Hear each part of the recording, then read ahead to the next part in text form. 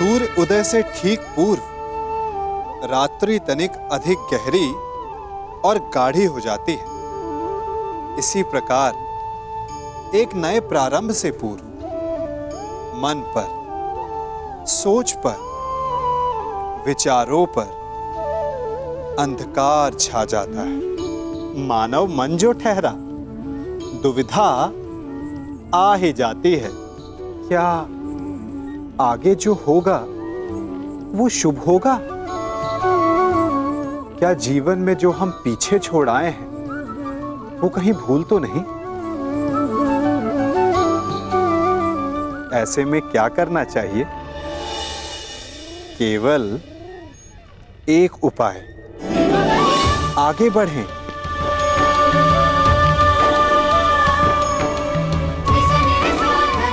क्योंकि आगे बढ़ने के लिए हमें अपने पांव से उस धरा को ढकेलना पड़ता है जिस पर हम खड़े हैं। जहां मार्ग ना हो वहां लक्ष्य नहीं भूलना चाहिए। बस एक नया मार्ग बनाने का परिश्रम करना चाहिए। क्योंकि नया मार्ग बना तो लक्ष्य मिलेगा ही, और यदि लक्ष्य नव निर्माण का हुआ तो मार्ग भी बनेगा। माता का कर्तव्य संतान के साथ रहने में नहीं, अपितु उन्हें अपनी आंचल की छाव से मुक्त कर देना, ताकि वो अपना व्यक्तित्व स्वयं गढ़े। कदाचित विभाजन के माध्यम से अगर नियति ने मुझे संदेश दिया जो मुझे स्वीकार है,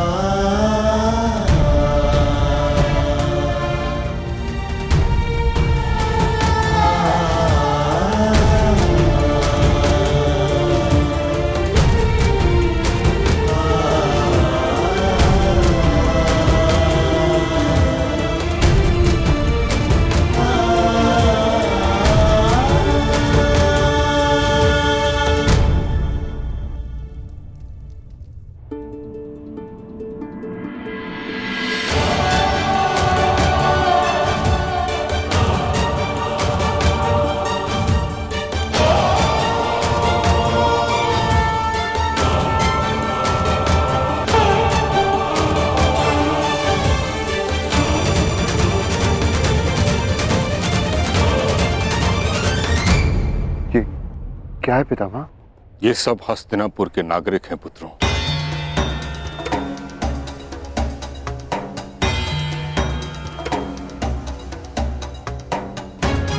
जो तुम्हारे साथ खांडव प्रस्थ में बसने की इच्छुक हैं।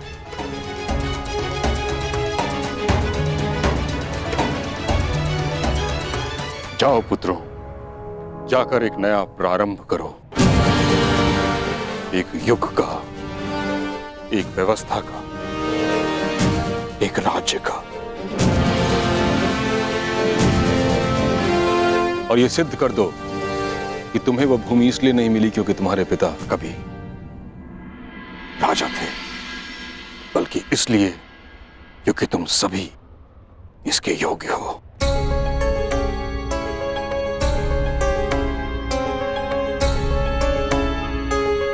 आयुष्मान भव।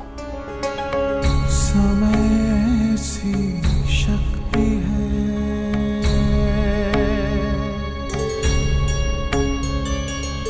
सभी समय से हारे,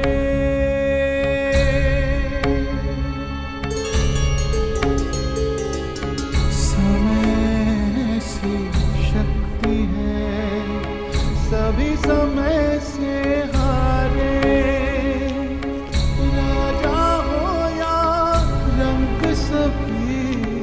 बनते रहे बेचारे,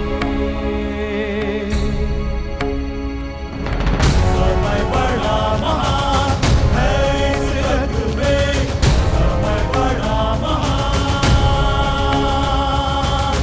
समय बड़ा महान है इस जग में, समय बड़ा महान।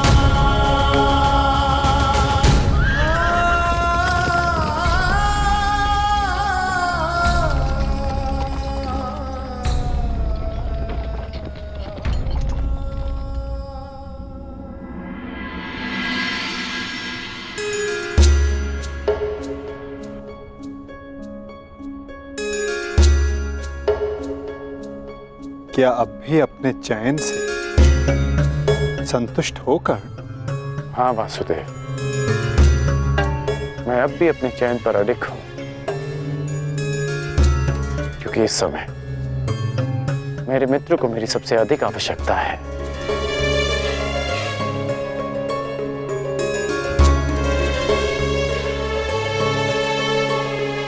वासुदेव, अब समझ आया कि आपने मुझे पांचाल से सीधा हस्तिनापुर आने को क्यों कहा। आपने उस चक्रवात को विभाजन की दीवार से रोक लिया। कहाँ कर?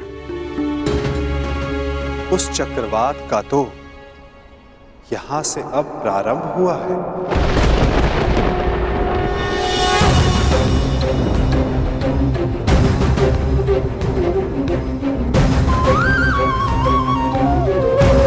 अर्थात ये सब आपकी योजना है।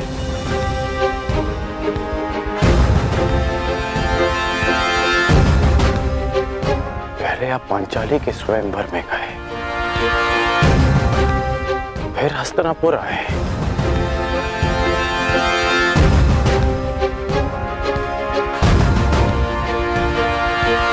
आपकी वास्तविक योजना क्या है? क्या छिपा है इस मधुर मुस्कान के पीछे? क्या चाहते हैं आप वासुदेव? मैं तो केवल तुम्हें अपने पक्ष में चाहता हूं कर्ण। मैं तो आप ही के पक्ष में हूं वासुदेव, परंतु मेरा दुर्भाग्य है कि आप पांडवों के पक्ष में हैं। आपने उनका चयन किया। एक बहुत ही बुद्धिमान ज्ञानी पुरुष ने मुझसे कहा था कि मनुष्य अपने प्रत्येक चयन का परिणाम स्वयं भुगतता है।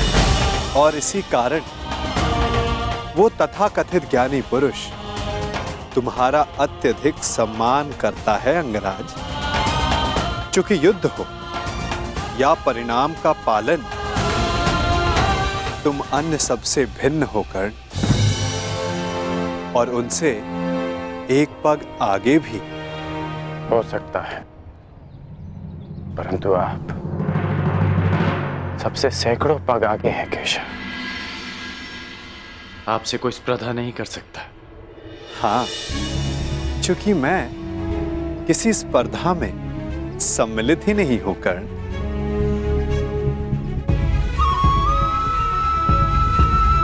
अब मुझे जाना होगा, परंतु न जाने क्यों मुझे यह आभास हो रहा है कि हमारी भेंट शीघ्र होने वाली है।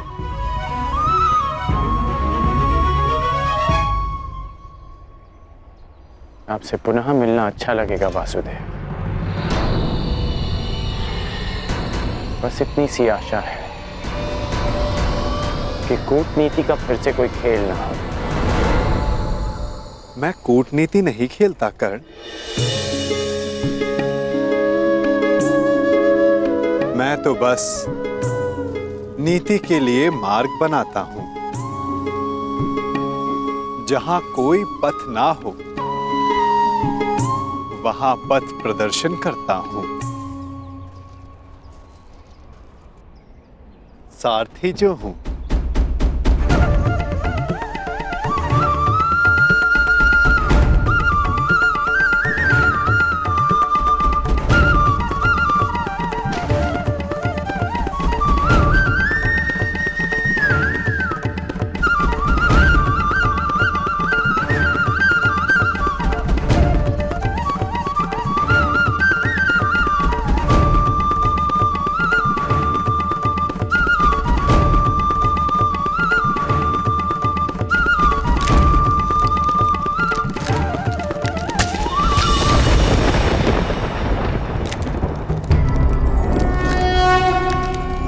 यदा यदा हि धर्मस्य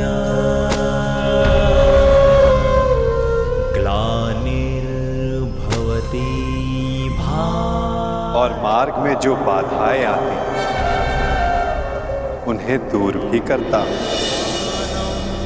अधर्मस्य तदात्मानं सृजाम्यहम्।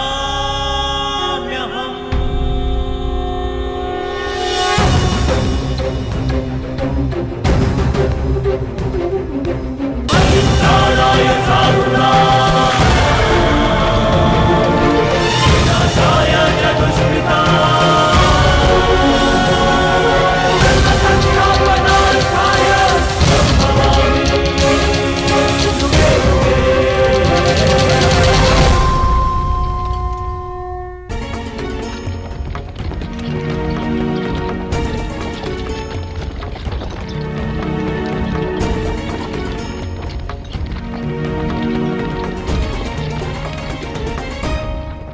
आर्य युधिष्ठिर इतने चिंतित क्यों हैं? पांचाली, माता की संध्या आरती का समय है और भ्राता युधिष्ठिर माता के लिए प्रतिदिन पुष्प लाया करते थे।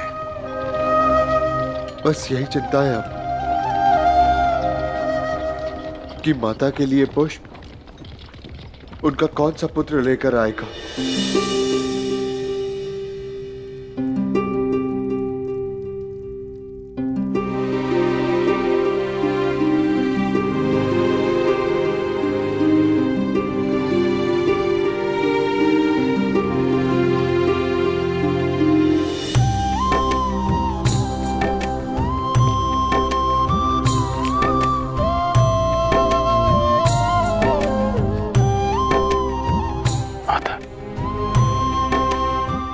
पुत्रों के हस्तिनापुर से जाने का खेद है मुझे। मैं एक माता की आंचल की रिक्तता नहीं भर सकता, परंतु उसके संध्या आरती की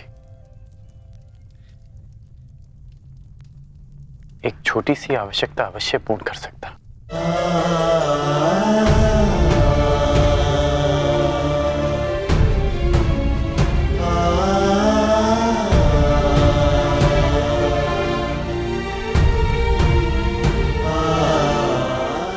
बहुत चिंतित होकर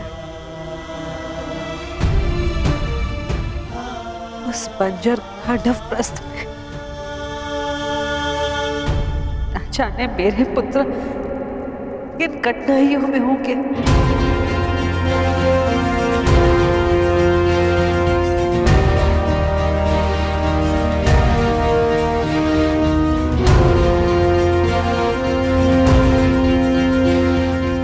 तो इस बात की मुझे कोई चिंता नहीं, क्योंकि मैं जानता हूं कि सहायता उनसे अधिक दूर नहीं।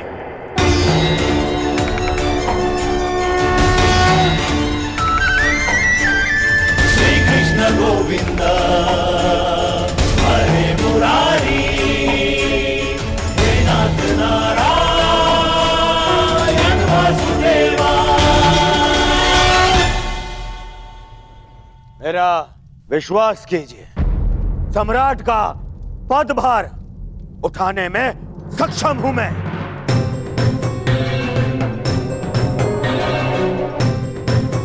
यदि ताचरी अपनी अनुमति और आशीर्वाद दें तो मुझे कोई आपत्ति नहीं पुत्र।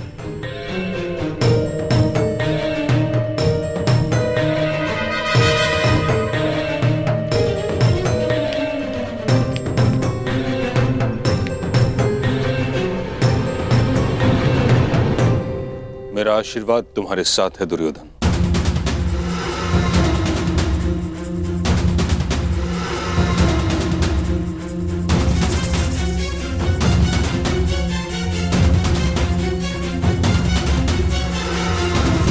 किंतु मेरी अनुमति नहीं।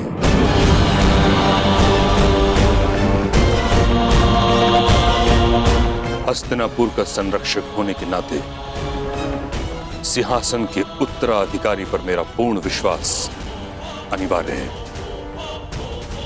और तुमने अब तक ऐसा कुछ किया नहीं है दुर्योधन, जिस कारण तुम इस पद के योग्य माने जाओ। तो आज्ञा दीजिए महामहिम, मैं अपने मित्र दुर्योधन के लिए दिग्विजय करना चाहता हूं। कदाचित तुमने ठीक से सुना नहीं कारण मैंने क्या कहा। मैंने कहा दुर्योधन को स्वयं अपनी योग्यता सिद्ध करनी होगी।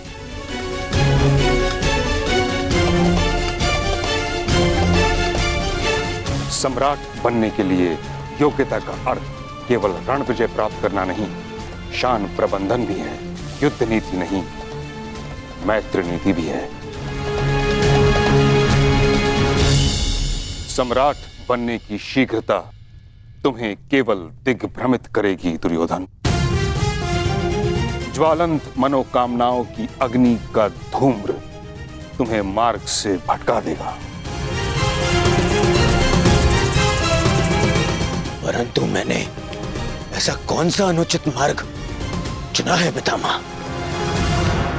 हस्तिनापुर की मर्यादा के कारण जिस विषय पर मैं मौन हूं, उसे तुम निर्लज्जता के साथ छिपा रहे हो दुर्योधन। मत भूलो, इस समय तुम गंगा पुत्र भीष्म के समक्ष खड़े हो। यदि आज हस्तिनापुर का विभाजन हुआ तो उसका कारण केवल तुम्हारी वह मूर्खता थी जो तुमने अपने मामा की संकेत पर की।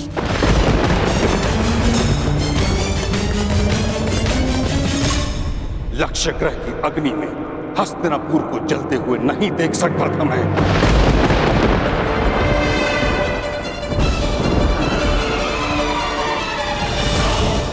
इस कारण विभाजन स्वीकार किया मैंने।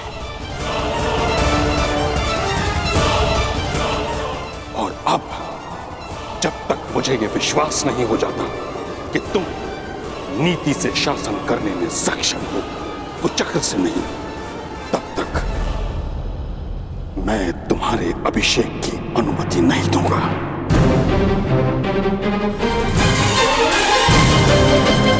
विश्वास नहीं हो जाता कि तुम नीति से शासन करने में सक्षम हो, कुचक्र से नहीं, तब तक मैं तुम्हारे अभिषेक की अनुमति नहीं दूंगा।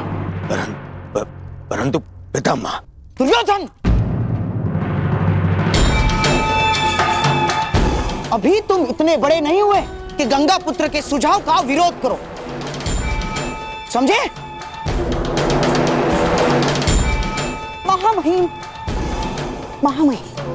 बच्चा है, नहीं समझता कुछ बातें, परंतु मैं आपसे सहमत हूं और आपको विश्वास दिलाता हूं कि दुर्योधन अपने सिंहासन पर तभी अधिकार दिखाएगा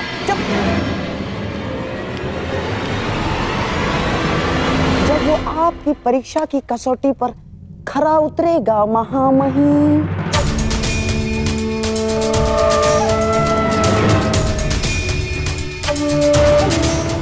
तुम मूर्खता मत करो। महामहिम की आंखों में लाक्षागृह की धधकती ज्वाला का प्रतिबिंब है। हमें कुछ और करना होगा मेरे होने वाले सम्राट। अब सम्राट युधिष्ठिर अपना राज्य संभालेंगे। आपका विनोद कभी कभी समझ में नहीं आता है। अभी तो मैं सही अर्थों में राजा भी नहीं बना और आपने मुझे सम्राट कहकर संबोधित कर दिया। सम्राट बनने में कौन सा भेद है धर्मराज? बस एक राजसूया यज्ञ करने की देरी भर है। शीघ्र ही आपके महल में सहस्त्रों राजा पधारेंगे। उपहास न उड़ाएं वासुदेव। कैसा राजसूय यज्ञ, कैसा महल? इस समय तो यहाँ पर सर छुपाने के लिए वृक्ष की छाया भी नहीं है। जब राजा बन गए हो तो महल भी इतना शीघ्र बन जाएगा कि आभास तक नहीं होगा। बस महल की नींव बलशाली रखनी होगी और इसके लिए मुहूर्त विचारने का समय नहीं है धर्मराज। बस मेरे कथन पर विश्वास कीजिए और तैयार हो जाएं। सत्यं क्रोधो दशकं धर्मलक्षणं